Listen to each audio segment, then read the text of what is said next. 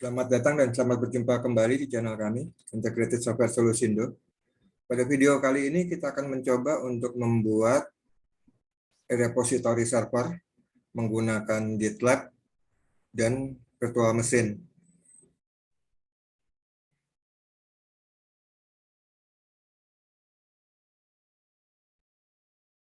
Repository ini akan dijalankan di server lokal nantinya. Dan untuk melakukan instalasi GitLab itu diperlukan atau minimal requirement-nya adalah 4 GB memori dan 4 core prosesor. Ini dapat dilihat di GitLab untuk requirement minimumnya.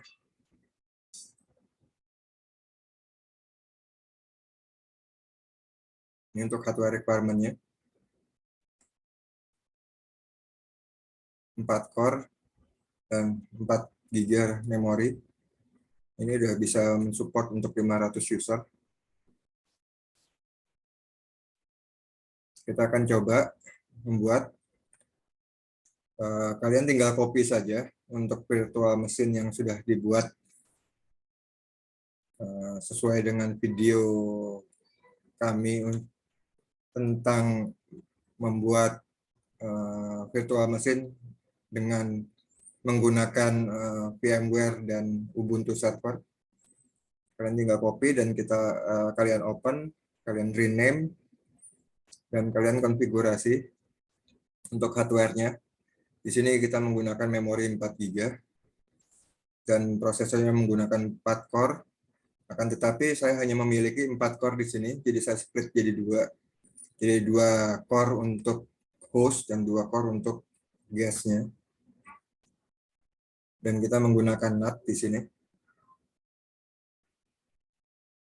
Jika sudah, silakan disimpan. Kita akan coba jalankan.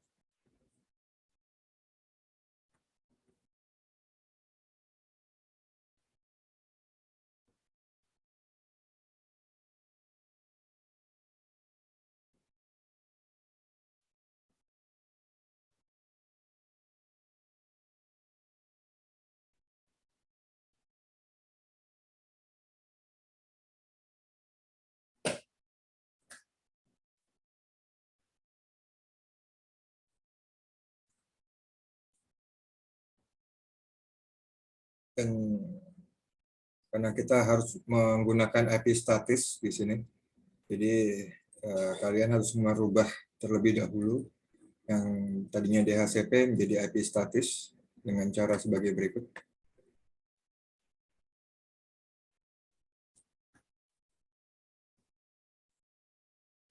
Bisa login menggunakan username dan password yang kita sudah daftarkan.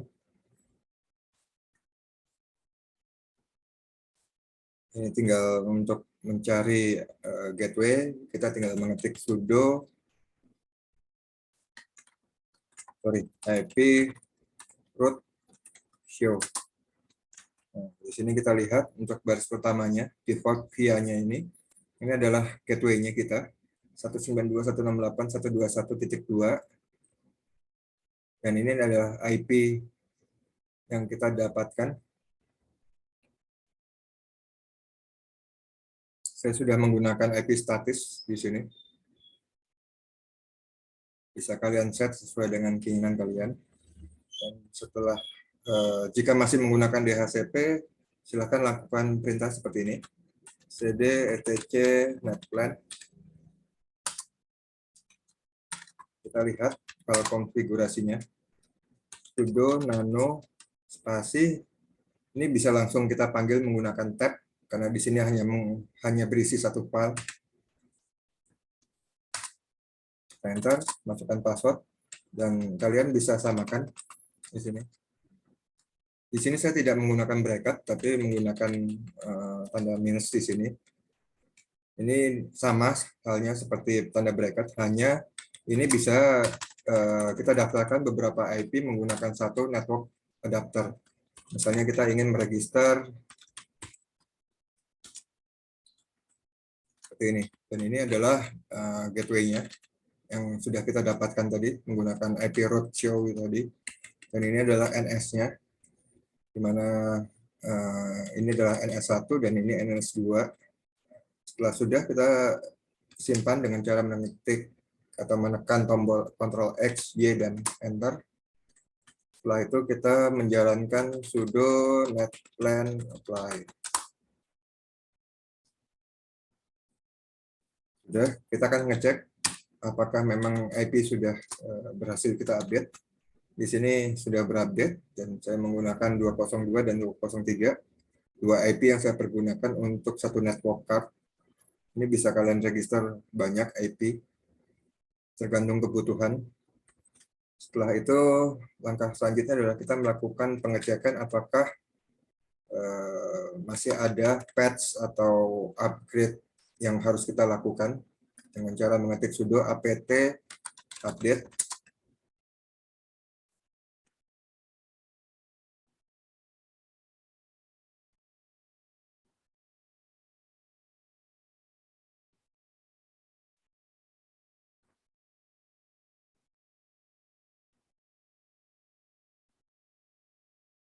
Di sini sudah tidak ada lagi patch atau update atau upgrade yang harus dilakukan. Sekarang kita akan, tapi jika teman-teman sekalian masih memiliki daftar list yang harus di-upgrade, kalian bisa lakukan dengan cara mengetik sudo apt upgrade. Jalankan dan lakukan pengecekan kembali jika masih ada yang tertinggal patch-nya. Jika sudah, kita akan melakukan proses instalasi. Tahap pertama adalah kita mendaftarkan untuk resource list untuk GitLab-nya. Kita akan menggunakan putih terminal agar lebih mudah menggunakan IP yang sudah kita daftarkan tadi.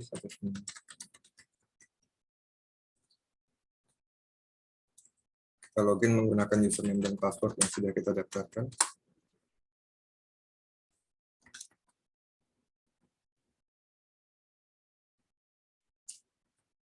Kita copy untuk baris ini dan kita jalankan di terminal. Kita tekan enter untuk mendaftarkan list repository untuk GitLab.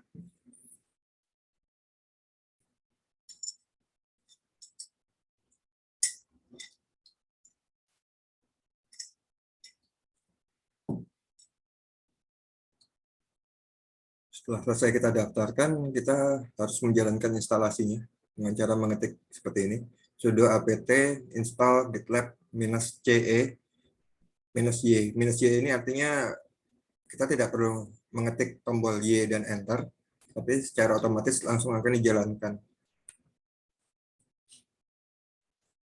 Ini masih dalam proses update.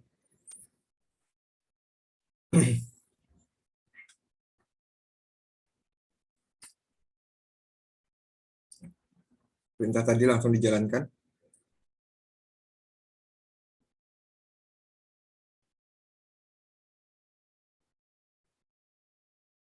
Untuk proses instalasinya agak sedikit lama, karena besarnya installernya adalah 1 GB di sini.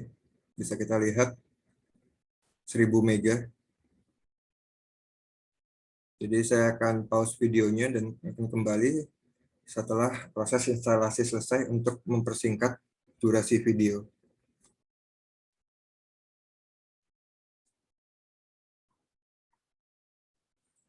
Dan proses instalasi sudah selesai dilakukan. Hasil tampilannya seperti ini. Di sini diinformasikan harus dilakukan perubahan untuk eksternal URL pada file konfigurasi ini. Kita akan coba lakukan konfigurasi. Kita copy di sini, kita paste. Kita akan cari eksternal URL. Kita copy di sini. Kita find menggunakan Ctrl W dan kita paste. Nah, di sini. Untuk yang aslinya kita akan remark. Jadi di waktu-waktu bisa kita kembalikan ataupun kita tahu itu dari mana asalnya. Ini kita kopikan baris ini dan kita paste dan ini harus diganti. menggunakan bisa menggunakan domain sesuai dengan keinginan kalian ataupun menggunakan IP address sesuai dengan IP address yang sudah di set pada IP status tadi. Setelah selesai, kita coba simpan perubahannya, Ctrl X, Y, dan Enter. Kemudian kita akan lakukan rekonfigurasi di sini.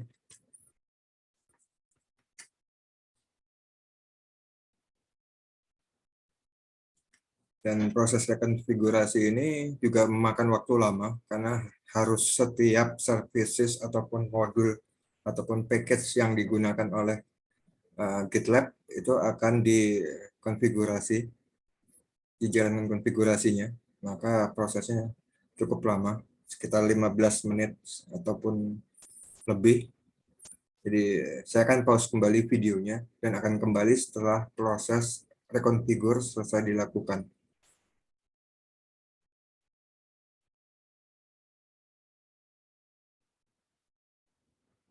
Dan berikut ini adalah proses rekonfigurasi sudah selesai dilakukan. Di sini ada note dari Git server atau GitLab-nya. Kita diharuskan untuk melakukan reset password di sini. Seperti yang saya sudah tuliskan di dalam blog kami di website. Ini dikarenakan untuk dapat login kita ke dalam website harus menggunakan username dan password. Sedangkan untuk password rootnya kita tidak tahu. Jadi otomatis kita harus mendaftarkan user baru ataupun melakukan reset terhadap user root ini. Jadi kita akan coba untuk melakukan reset terlebih dahulu.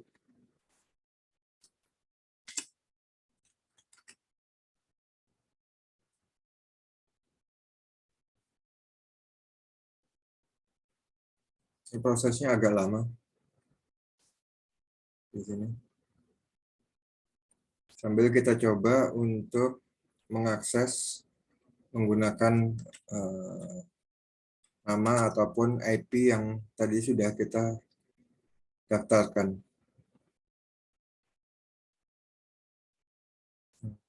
Ini adalah layar untuk loginnya, di mana kita harus memasukkan username dan password, sedangkan kita tidak mengetahui password dari root yang digunakan sebagai administrator. Jadi kita harus register, akan tetapi jika kita melakukan register, harus menunggu proses approval dari user root atau user administrator. Jadi kita harus melakukan remote terlebih dahulu, reset terlebih dahulu untuk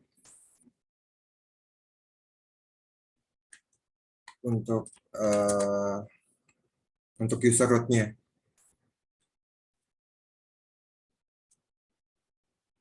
Kita akan coba untuk daftarkan.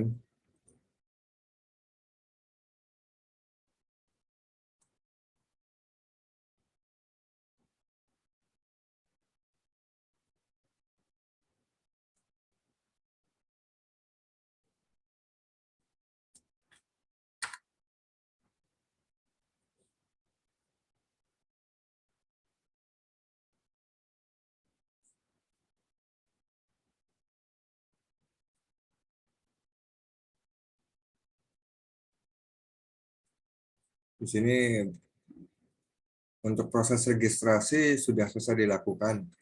Hanya kita harus menunggu proses approval dari administratornya, yaitu user root tadi. Jadi kita otomatis harus menunggu proses reset password untuk root terlebih dahulu, baru kemudian kita login sebagai root dan memberikan approval untuk pendaftaran user baru. Kita tunggu prosesnya.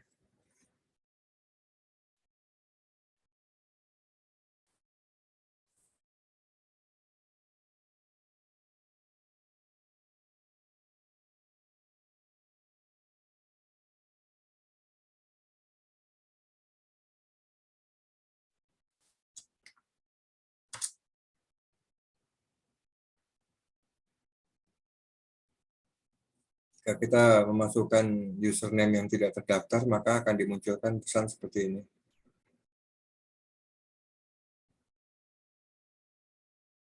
Enable to find user with SA.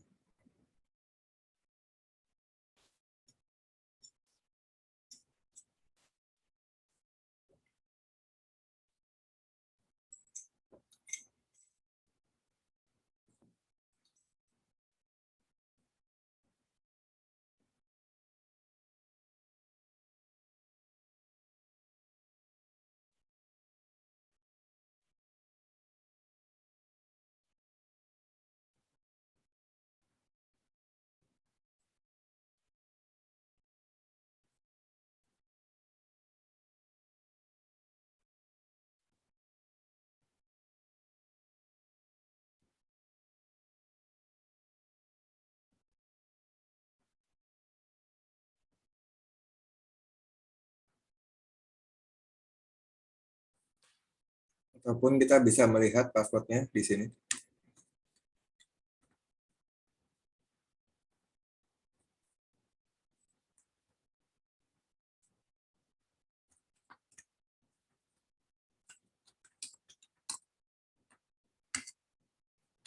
Nah, ini passwordnya. Kita copy aja.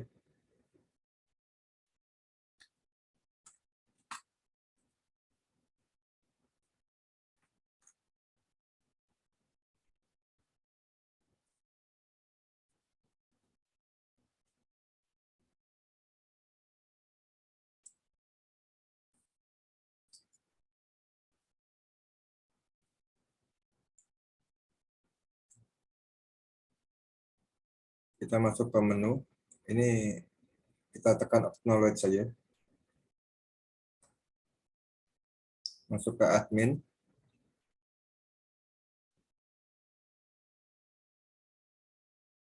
Langkah pertama yang harus dilakukan adalah mengganti password.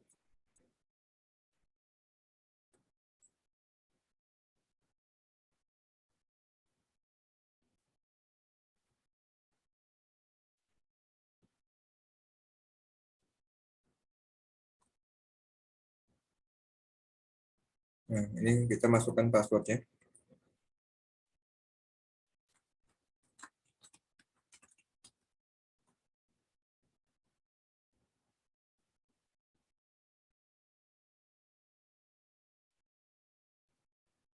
Ini untuk informasi-informasi lainnya silakan dimasukkan ataupun dikosongkan juga. Sekarang kita login menggunakan username dan password root dan password yang tadi sudah kita masukkan.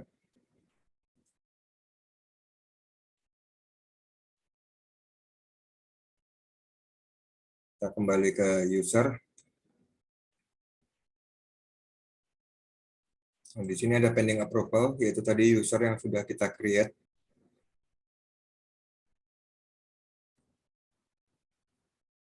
Kita bisa lakukan approve atau reject di sini.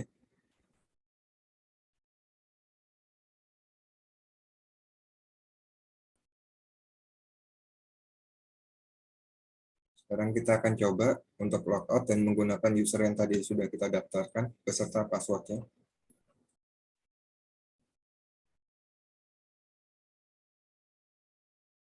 Ini kita ditanyakan terkait role-nya sebagai apa. Silakan dipilih.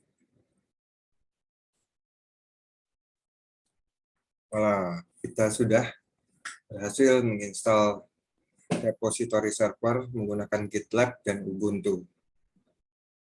Ini bisa dijadikan kolaborasi server untuk development team di dalam local area network bersama rekan sekerja, ataupun ini dijadikan sebagai standalone untuk sebagai tempat penyimpanan source code dan sebagai repository untuk file. Silakan dibaca-baca terlebih dahulu dokumentasinya dan dilakukan konfigurasi sesuai dengan keinginan.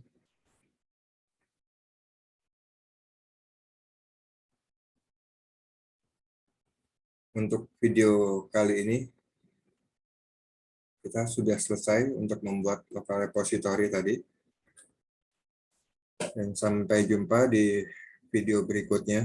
Dan terima kasih teman-teman sudah menonton video kami dari awal hingga akhir. Dan untuk sesi pertemuan berikutnya kita akan mencoba menggunakan Visual Studio Code, menggunakan remote development untuk membuat coding pada API server, web server yang dihubungkan dengan mail server dan local repository server ini. Jadi kita akan menjalankan 4 virtual mesin pada saat yang bersamaan.